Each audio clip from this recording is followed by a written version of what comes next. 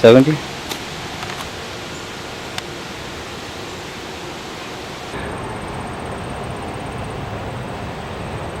This is back behind the Hess gas station, or whatever it is, Hess Works, I don't know. But this is where the Phoebe Snow used to roll.